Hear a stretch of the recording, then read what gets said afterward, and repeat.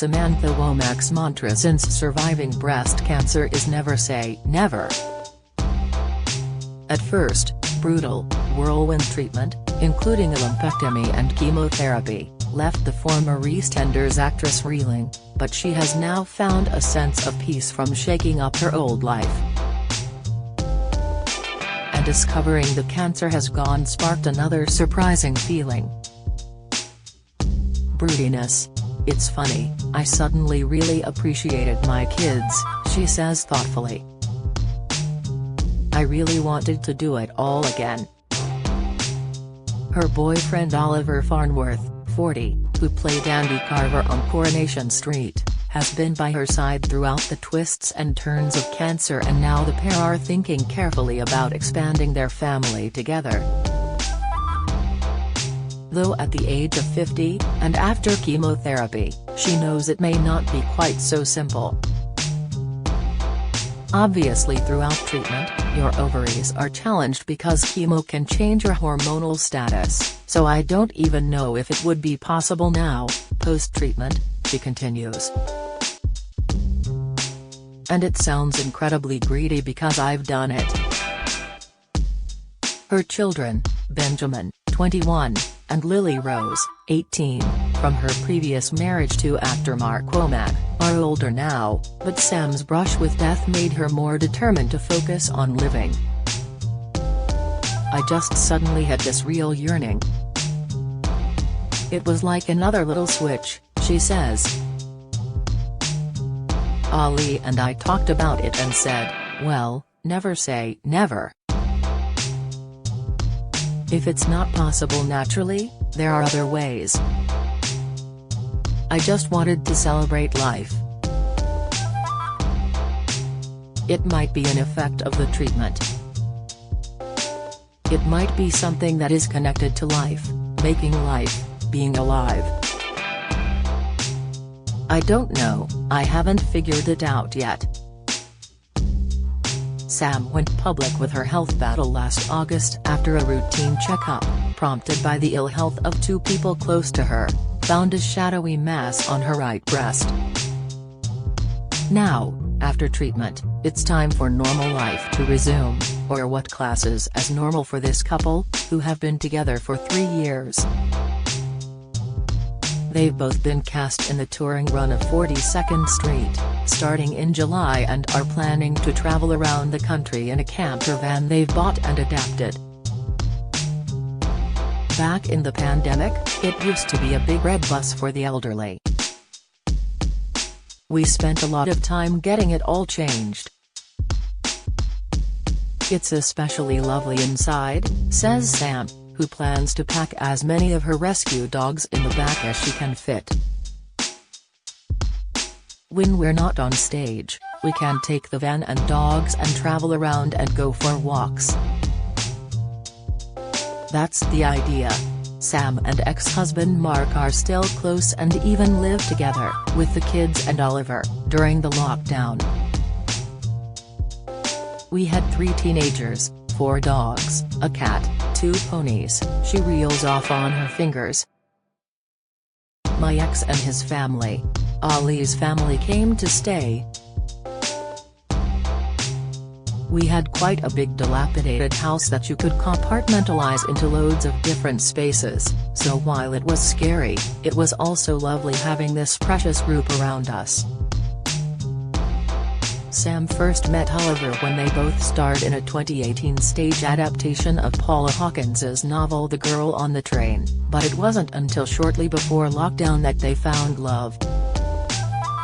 At 40, he is 10 years her junior, but the age gap hasn't changed anything, nor did cancer. "He's been incredibly supportive," says Sam.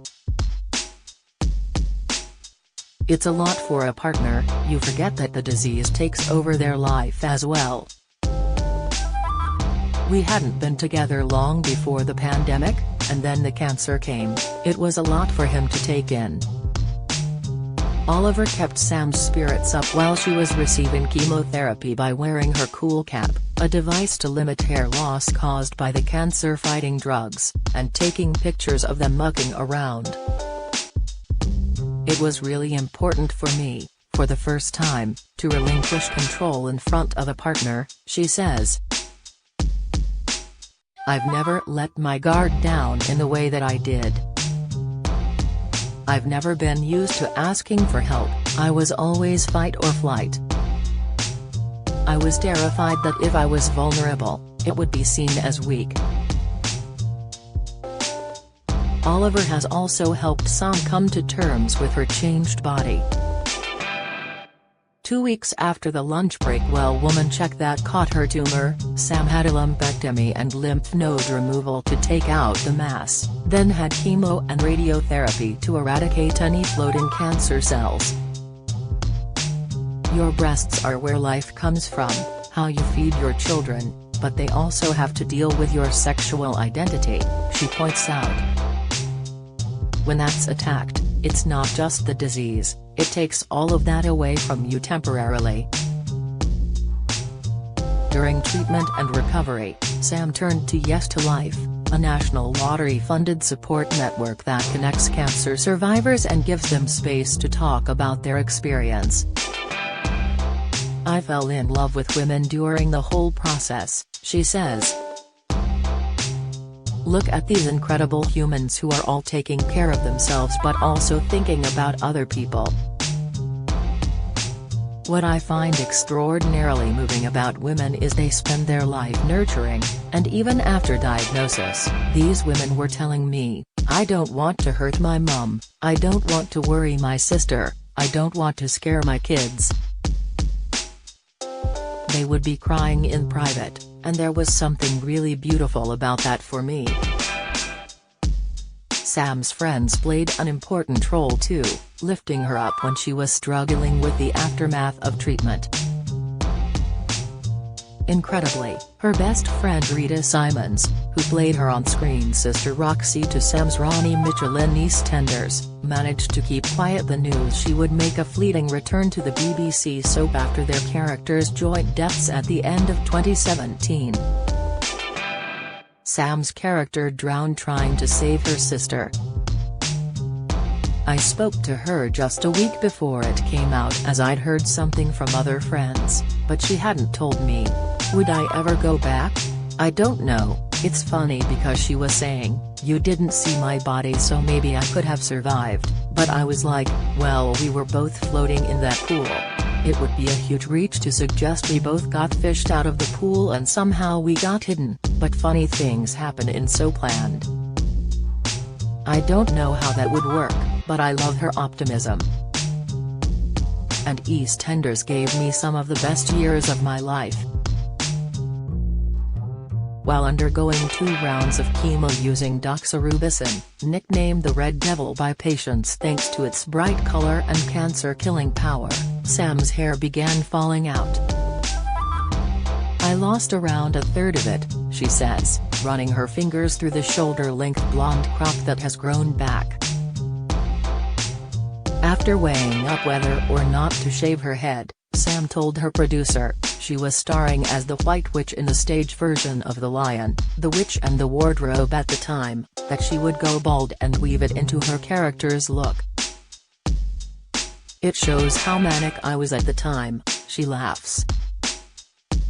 I read this article that said not everyone's hair falls out with chemo, then I was like, oh god, I've already promised to shave it off. I thought, well I've got to do something.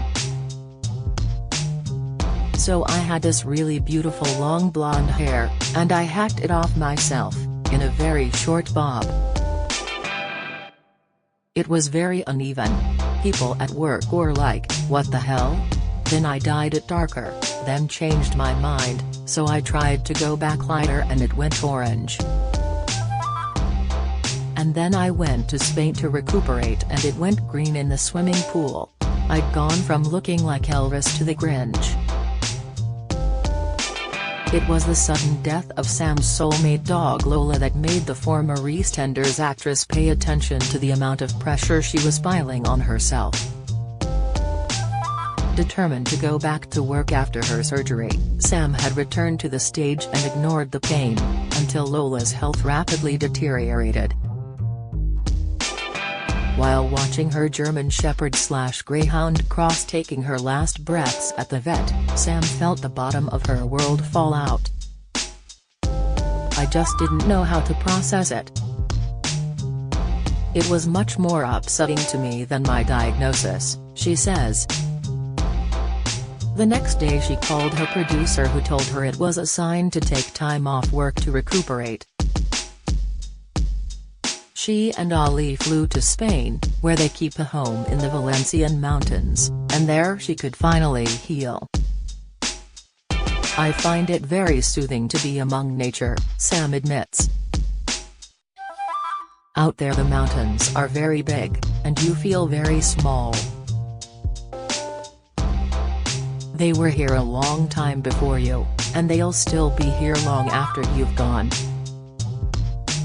You're not all important. And that's a really nice feeling."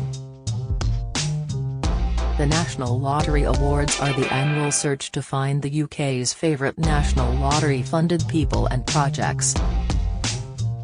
To nominate your favourite, tweet using the hashtag #NLAwards or complete an entry form here. Entries must be in by midday on May 16.